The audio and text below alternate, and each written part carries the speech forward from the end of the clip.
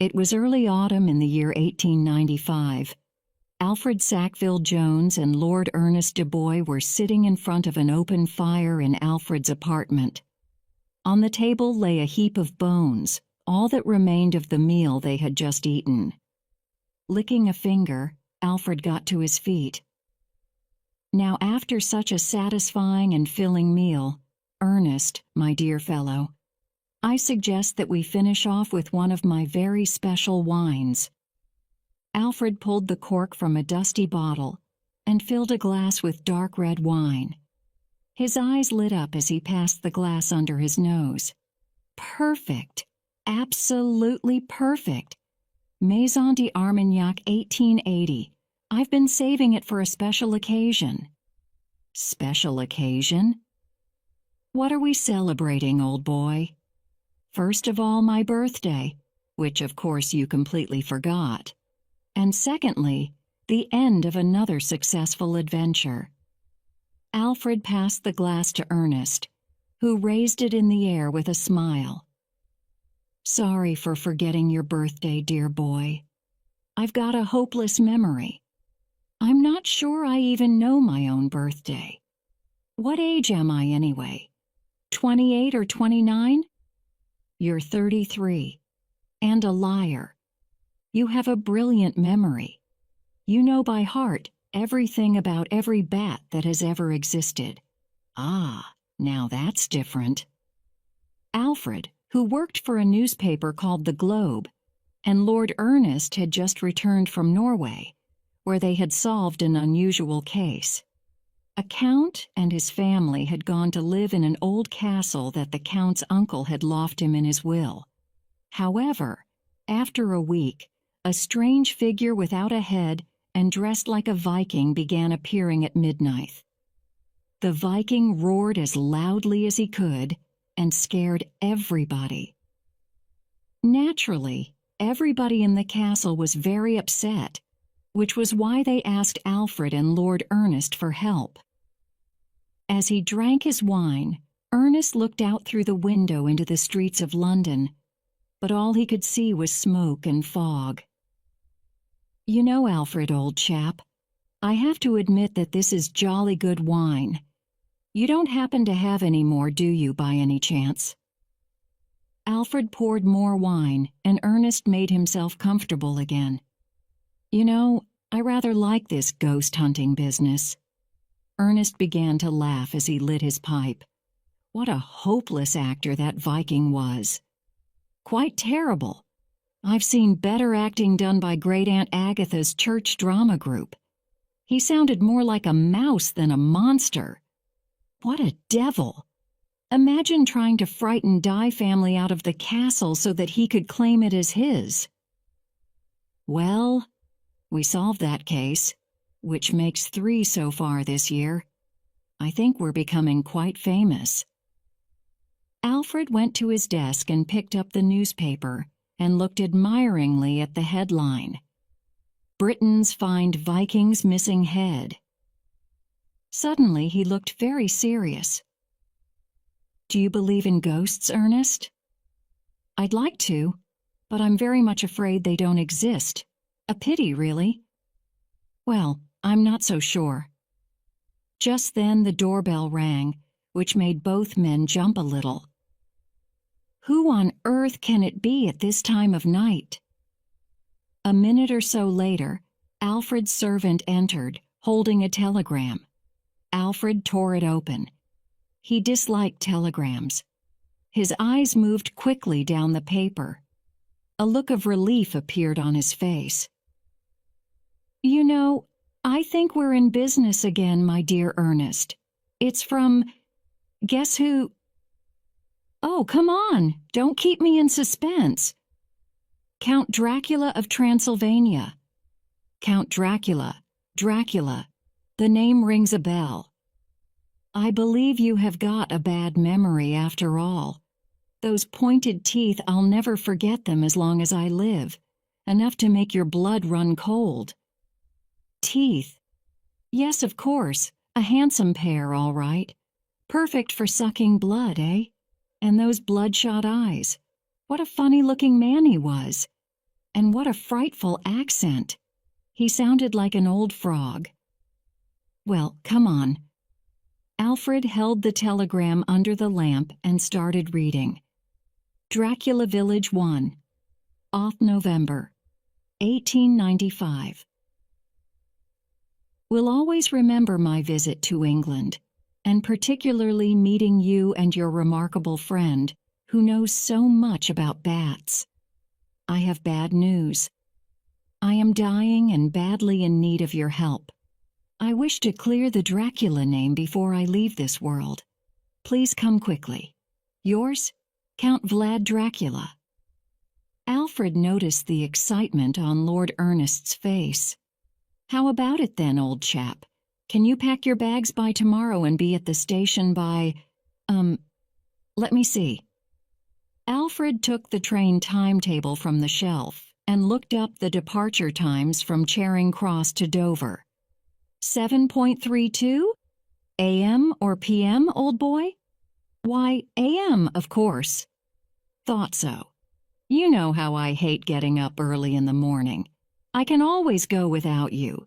Ernest jumped up out of his chair. No, you will not. I wouldn't miss this for the world. All right then. Meet you at the station at 7:15, and don't be late. Alfred took his friend to the front door and waited until a cab appeared out of the thick fog. The next day, on the train to Dover, Alfred was reading an early morning newspaper.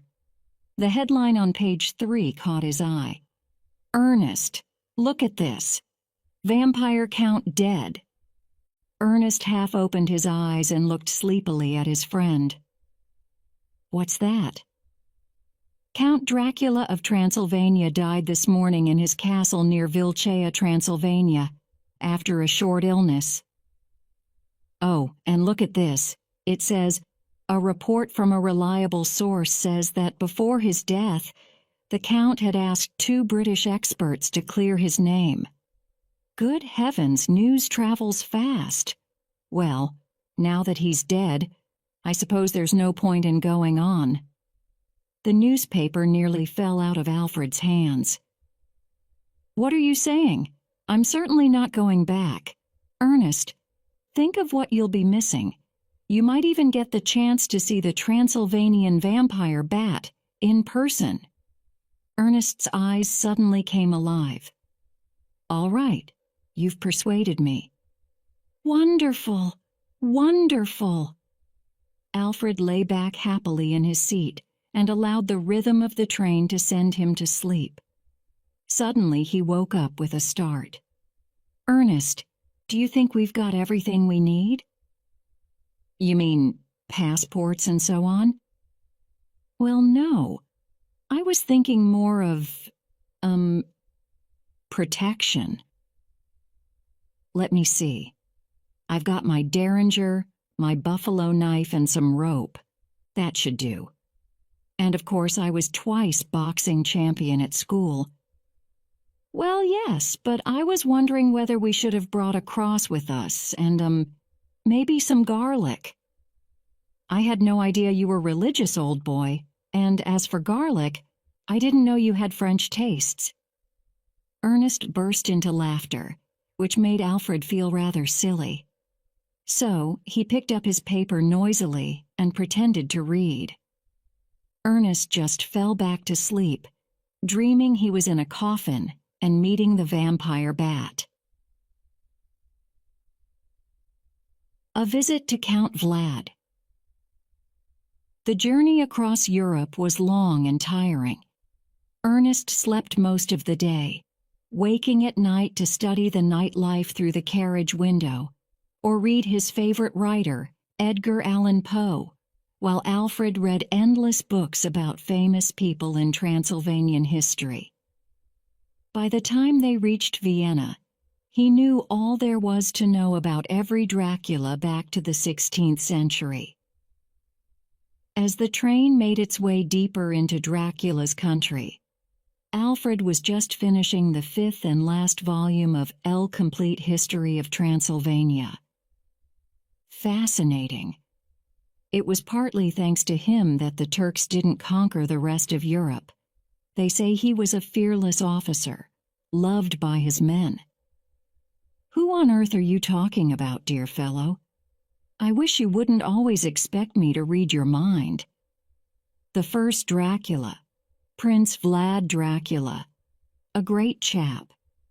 He had one little weakness, though. He enjoyed torturing his prisoners by pushing sharp pieces of wood through their stomach or tearing their body apart. Charming fellow. It doesn't say anything about him drinking their blood too, does it? It seems that only the present Count enjoys, or should I say enjoyed, human blood. Hard to believe, really. Seemed pretty harmless to me. It was those teeth of his. Not exactly what one would like one's dear old granny to have. Ernest, for goodness sake, how can humans suck blood? Just like vampire bats do, dear boy, through holes in their teeth. There's no such thing as a vampire human, is there? That's what we're here to find out, dear boy, isn't it? Sometimes you can be quite absurd. Now let me ask this kind old gentleman when we are expected to arrive in Vilcea. An old one-eyed man looked out of the window and pointed to the sky. He looked at him out of the corner of his good eye and asked him, "Where are you going, stranger?"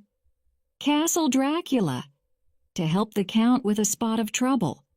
It's a bit hush-hush, you know." At the name Dracula, the old man turned away from Alfred in horror. Funny chap. He doesn't seem to like foreigners. Say oh.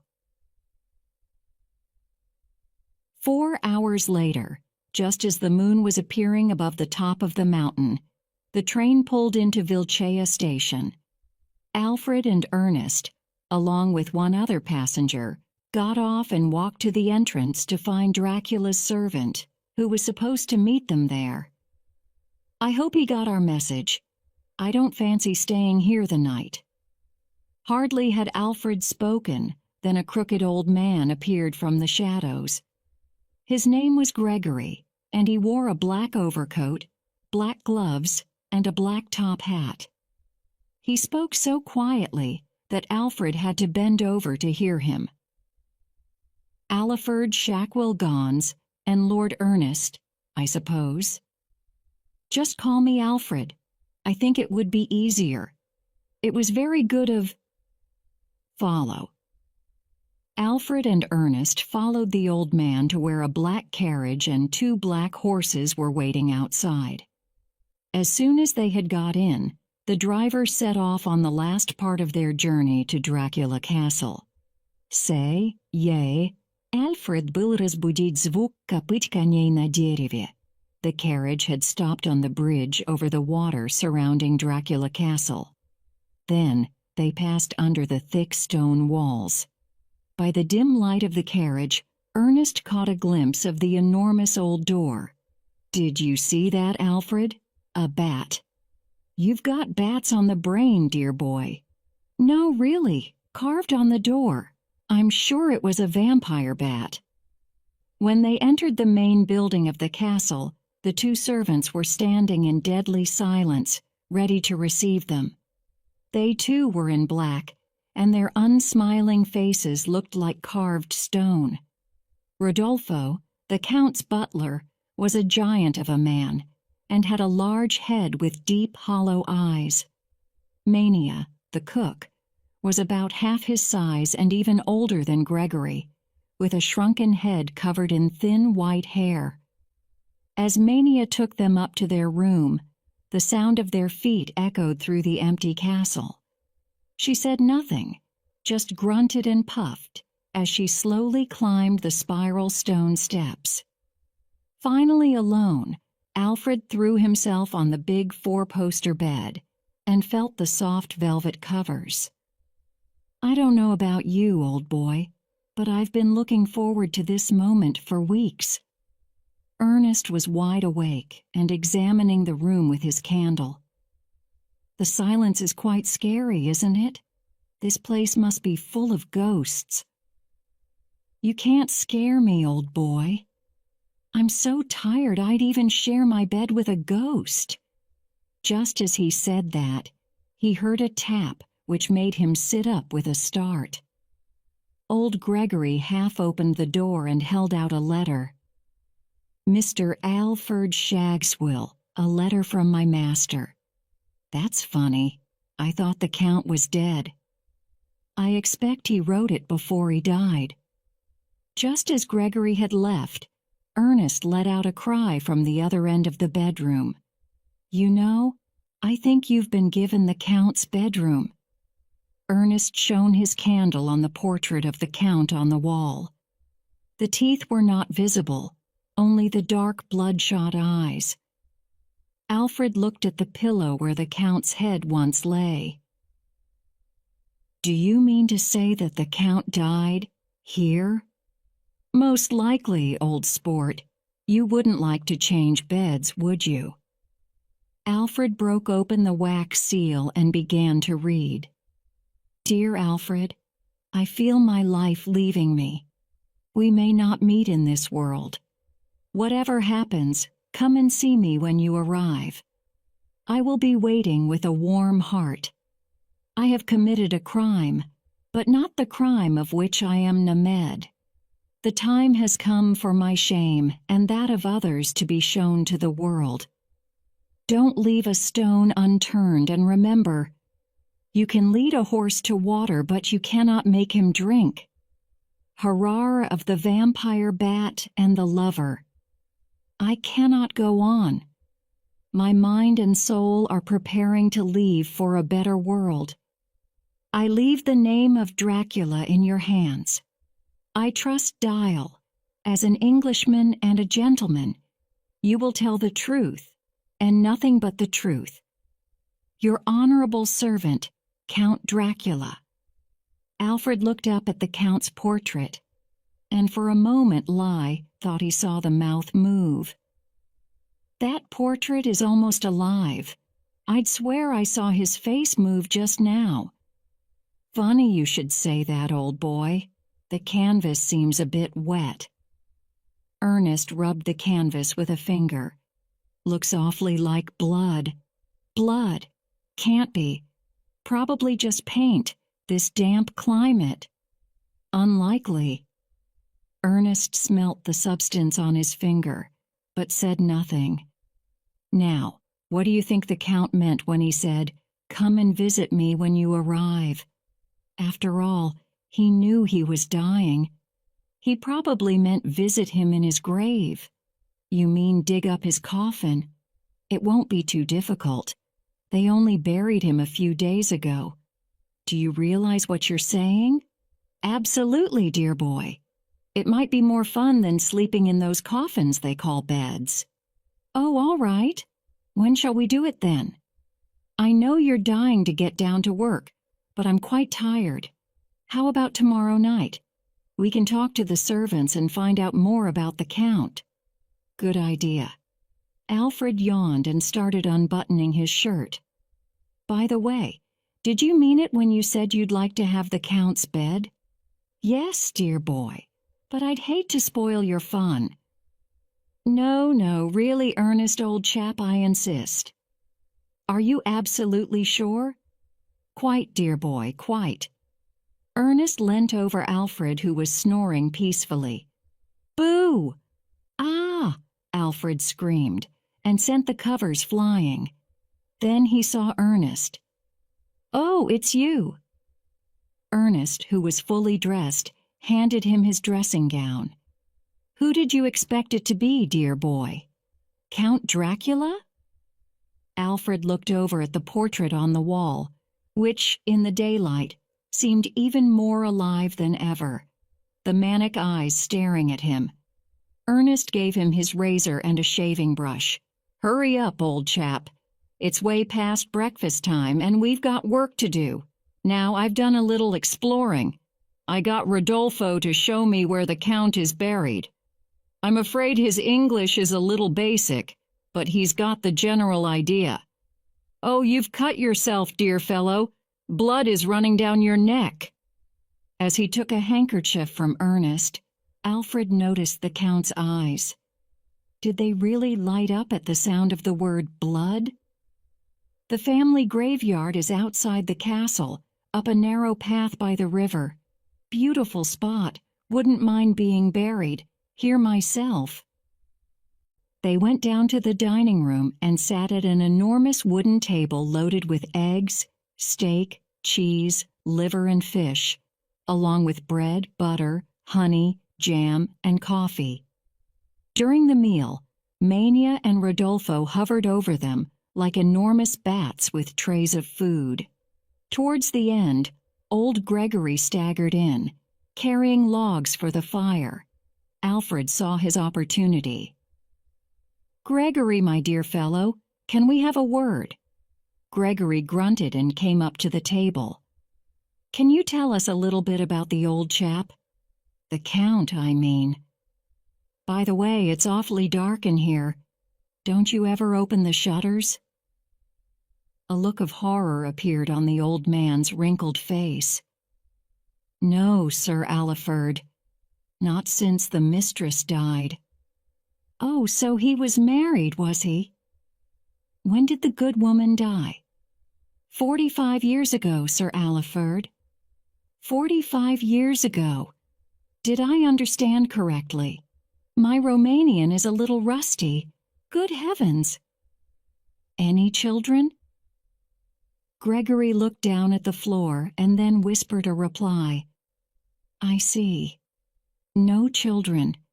And the Count never married again. He must have been madly in love." "Yes, quite mad. She was a very beautiful woman, gentle eyes and long, shining red hair. A tragedy. The Count was heartbroken." "Are you sure you won't sit down, old boy? You look a little unsteady." Gregory appeared not to hear. "When she died, the Count swore never to see the light of day again. After that, he only went out at night, on Warrior, his white horse, when there was a good moon and a clear sky, of course." "Fascinating. Now how did these nasty rumors start about that vampire nonsense?" Suddenly, Gregory became very excited. "The master was a good man." "I'm sure he was, old boy. But all these dead people with funny teeth marks on their necks?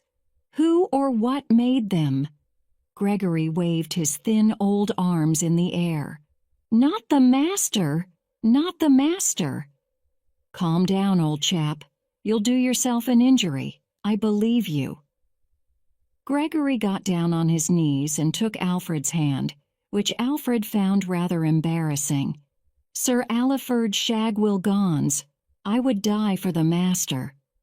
"Quite sure you would, old boy." "Fine. Now we're going to need some spades. Any chance you could find us a couple?" "Spades?" "Yes. You see, Lord Ernest wants to go looking for truffles." "Well, no, actually we have to see the Count. He told us to in his letter." Gregory drew away from Alfred. "It's the only way, really." "All right, Sir Aliferd. But Rodolfo must not know." Gregory looked round in the direction of the servants' rooms. "Oh, of course, we won't say a thing. And by the way, Mild, you open the castle gates at about midnight tonight?" "Yes, Sir Aliferd. Anything for the master." To Yea. That night, Alfred and Ernest met as planned near the T-Assel gates. As promised, Gregory turned the wheel to let him out. A strong wind had got up, which roared through the valley. They followed the path with difficulty, as the moon kept hiding behind large black rain clouds. Every so often they heard the screech of an owl or some other night creature. As they entered the graveyard, the rusty old iron gate squealed. The place was sheltered from the wind by massive cypress trees and was as silent as all the Draculas that lay buried there. Ernest pointed to a white marble gravestone. "That's the one." As they approached the Count's grave, he looked up into the sky at the pale light from the moon, which threw a white veil over the crooked gravestones. It's a full moon. They say it was on such nights that the Count went looking for human blood. Well, here we are. Got your spade, Alfred? Don't look so down, old boy. The exercise'll do you good. The soil on the grave was loose, and it was not long before they had dug a large hole. Ernest was the first to touch wood. Ho, ho! I believe we're about to meet the Count again. Is it just the moonlight, or are you looking rather pale, dear boy? I know it's well past your bedtime, but I wish you would be a little bit more enthusiastic about it all. Are you sure we ought to do this, Ernest? I know that I wouldn't like to be disturbed just as I had started my eternal rest. You're forgetting, dear boy. He's not at rest. Now help me take off the lid. At that moment, they heard a screech above their heads. Ernest let out a cry. The vampire bat. I'd recognize that sound anywhere. Ernest lit a candle and held it over the Count's head. Now it was Alfred's turn to cry out. Oh my God, his eyes are still open, just like the portrait. Stop staring and let's search him. I'm afraid we're going to have to turn him over. Just grab his left arm. That's funny. I'd swear he was warm. They searched the coffin, but all they found was the Count's silver cane. Well, look at that. The end of the cane is in the shape of Desmodus rotundus. I beg your pardon. Who's he? The vampire bat. Look at those pointed ears and the teeth. Just hold the candle a little closer. Ernest, this is not the time nor the place. Beautiful piece of work. Nothing here, though. Pity. They rolled the Count onto his back again. Ernest stopped dead. Look, his eyes are closed, and I think, yes, I'm certain. I believe he's smiling. I can see his teeth. And what's that? Blood, blood? Oops, sorry. I must have cut myself on a nail opening the coffin. This whole business is beginning to disturb me. They put the coffin back, covering it with soil, and made their way back to the castle. Just as they arrived, Alfred remembered something. Oh, dash it! I completely forgot to tell old Gregory to let us in again. At that moment, they heard the grinding of the castle gate. When it was wide enough, a white horse charged out, ridden by a man in a black cape and hood. They watched in amazement as the figure disappeared into the night. Ernest grabbed Alfred's arm. You once asked me whether I believed in ghosts, old chap. Well, I have to say that I think I've changed my mind on the subject. A ghost! What an article this is going to be!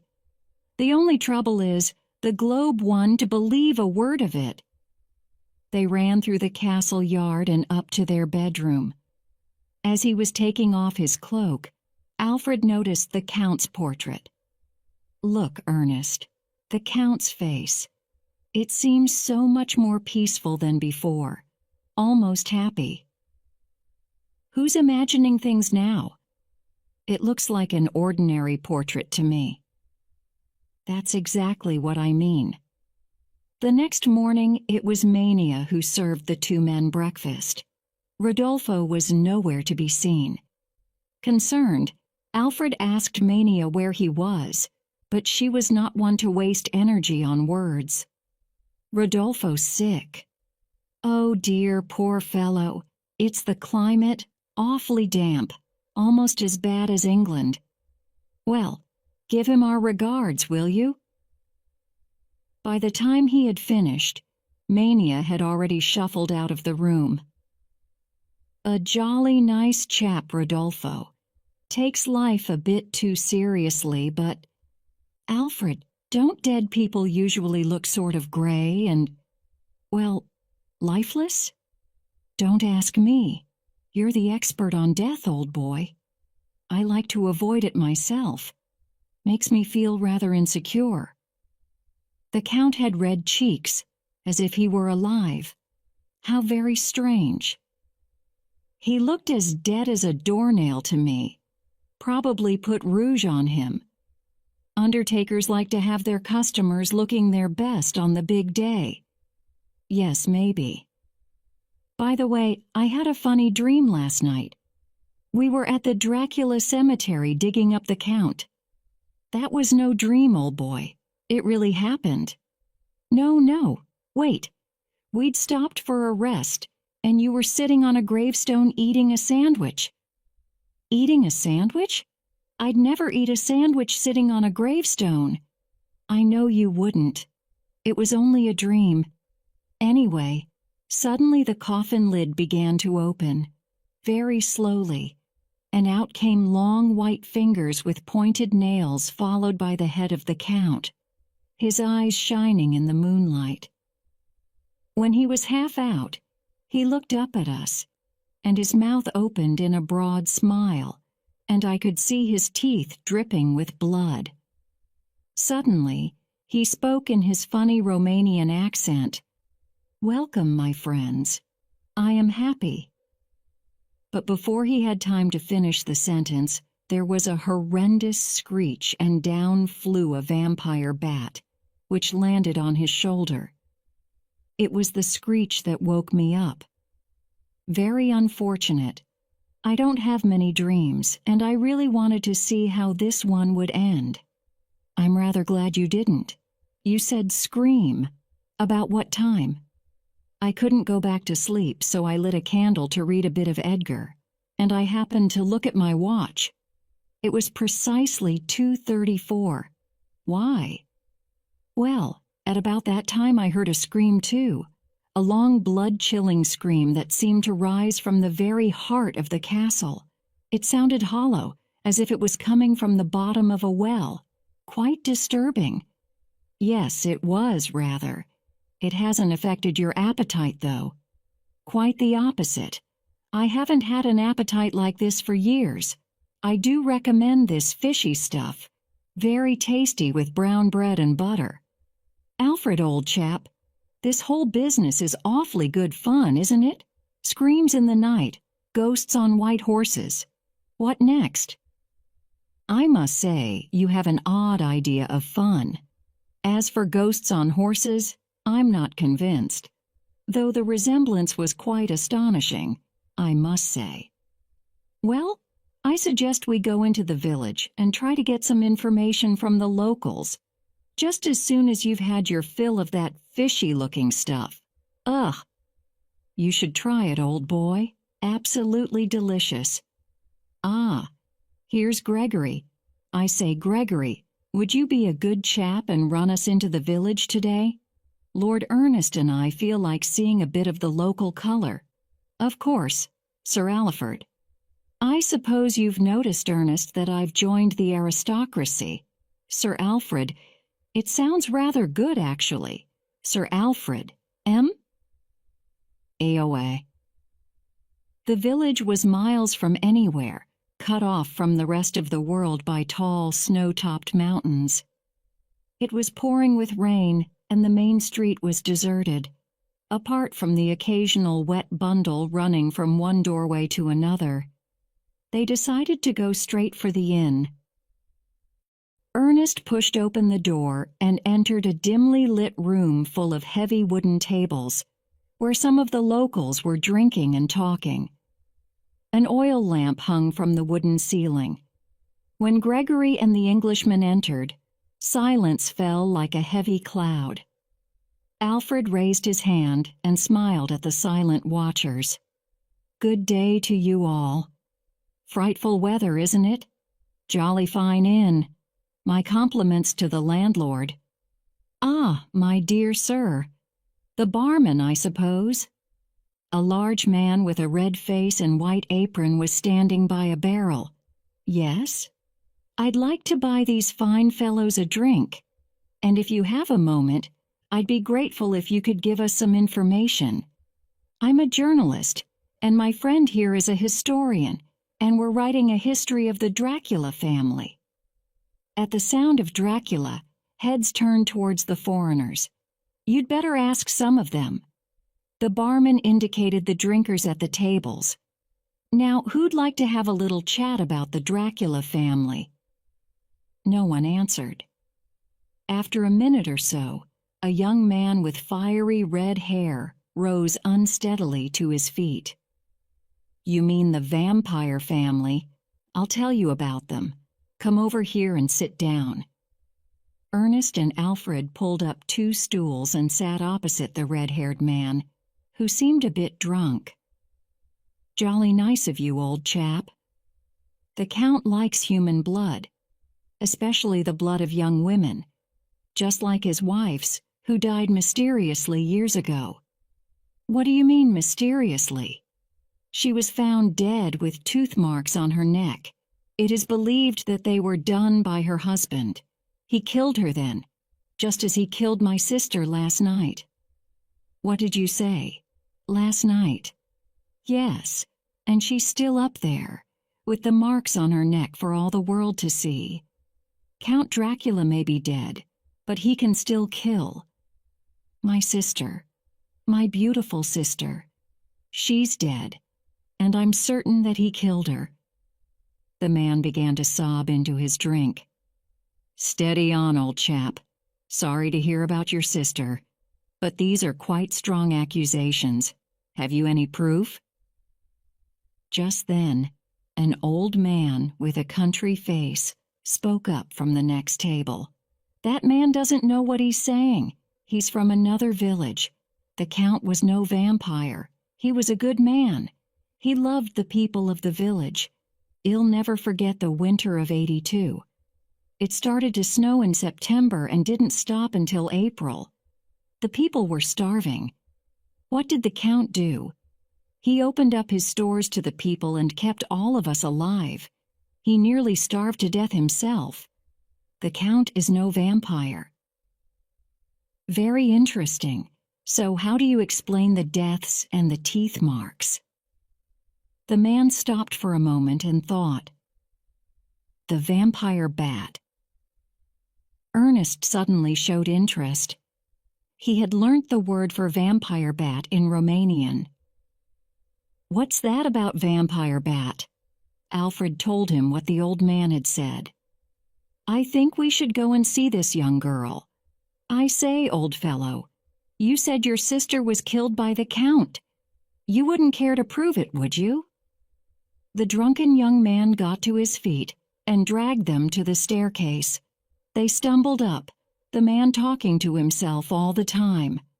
"We had to bring her here. She was very ill, coughing blood.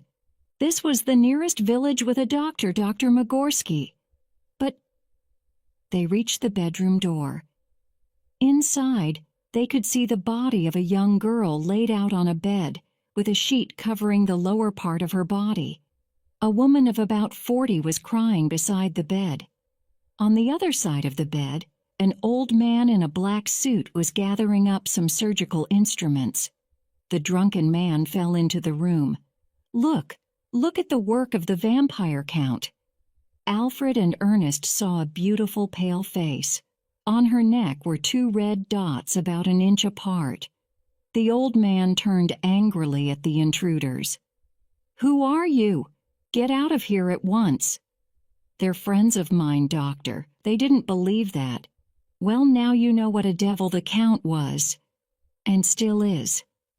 You can leave." "Well, thank you, doctor. I hope we shall have the pleasure again."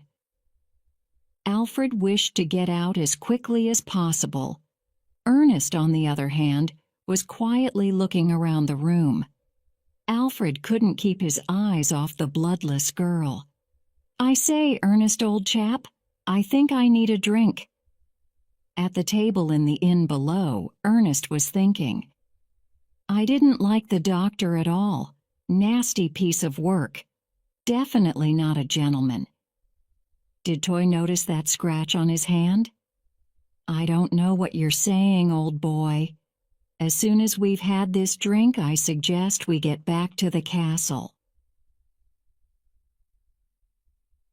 Back in Dracula Castle, Alfred and Ernest were sitting in front of a blazing fire after yet another wonderful meal, this time of roast goose and apple pie with cream on top. Alfred raised his glass of wine in the air. "I would like to drink a toast to the Count and his superb hospitality. And his excellent taste in wines. The old fellow certainly knew how to eat and drink well. As for Mania, she's an absolute treasure. You know, Ernest, I am a little bit worried. The evidence does not seem to be in the old chap's favor, does it? A figure looking like the Count rides out into the moonlit night, and 2 hours later, a girl dies with 2 teeth marks on her neck. It can hardly be a coincidence now, can it? The question is whether we believe in ghosts or not. As you know, I'd love them to exist, but my logic tells me that they don't. Therefore, that person on the white horse could not have been the Count. So, who was it? Well, it certainly wasn't Mania or Gregory, and the only other person in the castle is... Good thinking, old boy. Perhaps that's why he didn't serve us at breakfast yesterday. He was catching up on his sleep. But why? I can't help feeling that the answer must be in the Count's letter. I've got it here. Let's see. Don't leave a stone unturned. Stone. We have to look under stones. You can lead a horse to water. Suddenly, a scream, just like the one they had heard the previous night, was heard faintly echoing through the castle. Alfred shivered. Did you hear it? I certainly did, old boy, and I think it came from outside. They ran out into the castle yard, but there was nothing to be seen except the well. They stood wondering where the sound could have come from. Alfred pointed to the well. Do you see that enormous stone covering the well? How on earth do they get the water out? Interesting question, old boy. And what's that thick piece of wood for? Ernest, come here, quick. Alfred was holding his ear to the stone. What is it? I can hear something like an animal in pain, crying or... No, it's more of a moan. Can you hear it? Sorry, can't hear a thing. I think your mind's playing tricks on you, old boy. It's probably the rumbling of your stomach after that delicious goose. Let's get back inside. It's freezing out here. Gregory was standing inside the door of the dining room with a worried look on his face. Sir Alfred, what is the matter? Probably my imagination. I thought I heard someone scream. Ah, that was Don Juan, maybe. He has bad dreams. I beg your pardon, Don Juan? I mean Rodolfo. Don Juan is his nickname. He was loved by many women, but he loved the master more. I see. By the way, Gregory, I've been meaning to ask you. Tell me about Dr. Magorsky. Lord Ernest and I didn't take to him very much. He was the Count's doctor, but he is an evil man. He uses old medicine, the medicine of the witches. Herbs, leaves, nothing wrong with herbs. My Aunt Agatha swears by them. Frogs, snakes, bats and mice and other living creatures.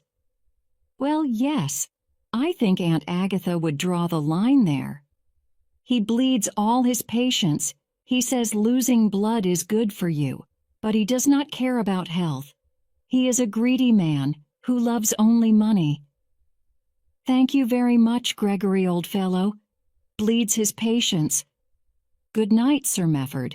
I am an old man and must sleep. Oh, of course, old boy. Sweet dreams. Alfred told Ernest what Gregory said. Ernest was intrigued. It becomes more interesting by the minute. I suggest we go for a walk before breakfast, when our minds are clear, and try and sort this out. Ernest, old boy, what has got into you? I thought you liked sleep. I wish you'd have pity on me. I'm exhausted. My dear fellow, we're on a case. We can't waste time sleeping. Say.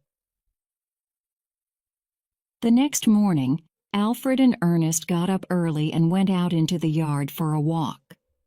Through the thick mist, they saw Rodolfo near the well carrying a tray of food. Alfred was surprised. That's funny. What's Rodolfo doing? I didn't ask for breakfast in bed. Rodolfo had laid the tray on the well top and was holding an enormous piece of wood. Alfred called out. Rodolfo turned with a look of shock on his face. Bright and early, I see, Rodolfo. Or should I say, Don Juan? I wanted to ask you about this well top. How do you get the water out? The well is not used. The Count put a stone over it many years ago. I see. What is that piece of wood for? Rodolfo seemed angry. This well is not used. The wood is rotten. Looks fine to me, but I won't argue with you, old fellow. Now I must leave. Of course. Oh, don't forget your tray. Those eggs and that bacon look good. Perhaps we should have breakfast now, Ernest. Rodolfo took the tray and went quickly towards the kitchen. Come on, Alfred. Stop thinking of your stomach and let's go for that walk. I suggest we visit the Count. The Count? Yes, I feel he may give us inspiration. Say Ye Dracula Cemetery was as quiet as an empty house. Even the birds seemed to have stopped singing. Because of the thick mist, they could hardly see more than a few feet in front of them. Suddenly, Alfred couldn't see Ernest anywhere. Ernest, where on earth have you gone? There was no answer, just the echo of his voice. He called again and this time got an answer. I'm over here, dear boy, at the Count's grave, and I've found something rather interesting. Just keep talking, will you? In that way, I might be able to find you. Finally, Alfred found Ernest leaning over the Countess' grave. Don't you think it's rather strange that there is no sign of our footsteps? It's as if the soil was taken out and put back again. Don't forget, it rained last night. What I can't understand is why the Count told us in his letter to visit him when he had nothing to tell us. Hold on, I've just had an idea. You don't think that cane of his is hollow, do you? And that inside is a vital message? My word, you're a genius, dear boy. Of course it must be. Oh dear, does that mean we have to do more grave digging? Afraid so, old chap, but you're getting quite good at it. By the way, have you been eating garlic? Garlic? Well, yes, I thought it better to be safe than sorry. I got dear Mania to let me have a few cloves for emergencies. The smell is enough to keep away the devil himself. As for the vampire bat, he wouldn't dare fly within a mile of us. Come on, let's go and have breakfast. They made their way back by the river to the castle gate, which Gregory had left open for them. Alfred was still trying to work out the connection between stones, water, and horses. You know, Ernest, I feel that the solution to our mystery lies very close to that well. There's a big stone there, with water under it, and opposite the stable where the Count's horse is kept. I'm sure the answer lies under that stone. Ernest touched Alfred's arm and held a finger to his mouth. Shh! Look, Rodolfo just got out of the well, and he's pushing the stone back by himself. Good heavens! He must be as strong as an ox. Through the mist, they saw Rodolfo carrying a tray from the well to the kitchen. Alfred slapped the side of his head in annoyance. Dash it! I should have thought of it before. Don Juan was a great lover, wasn't he? What did the Count say in his letter? Beware of the lover. Do you think Rodolfo could be the lover? We'd better keep a very close eye on him and find out what's hidden down that well. Why was he carrying a tray? All this detective work has given me quite an appetite. What about you, Alfred? Oh, yes, and I think we deserve it. I feel we're getting very close to an important discovery. That night, Alfred and Ernest were too tired to go grave digging. They decided, however, that they would keep a careful eye on Rodolfo. They felt that he, and in fact all three servants, were hiding something which might provide the key to the whole Dracula mystery.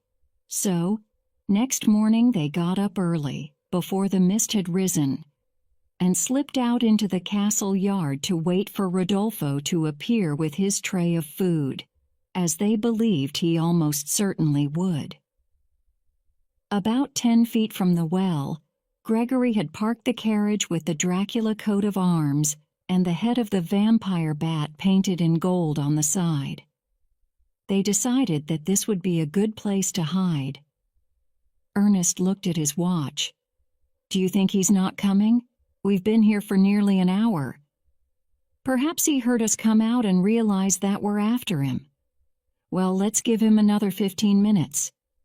They waited another 15 minutes and were about to give up when they heard the kitchen door slam shut. I think it's him,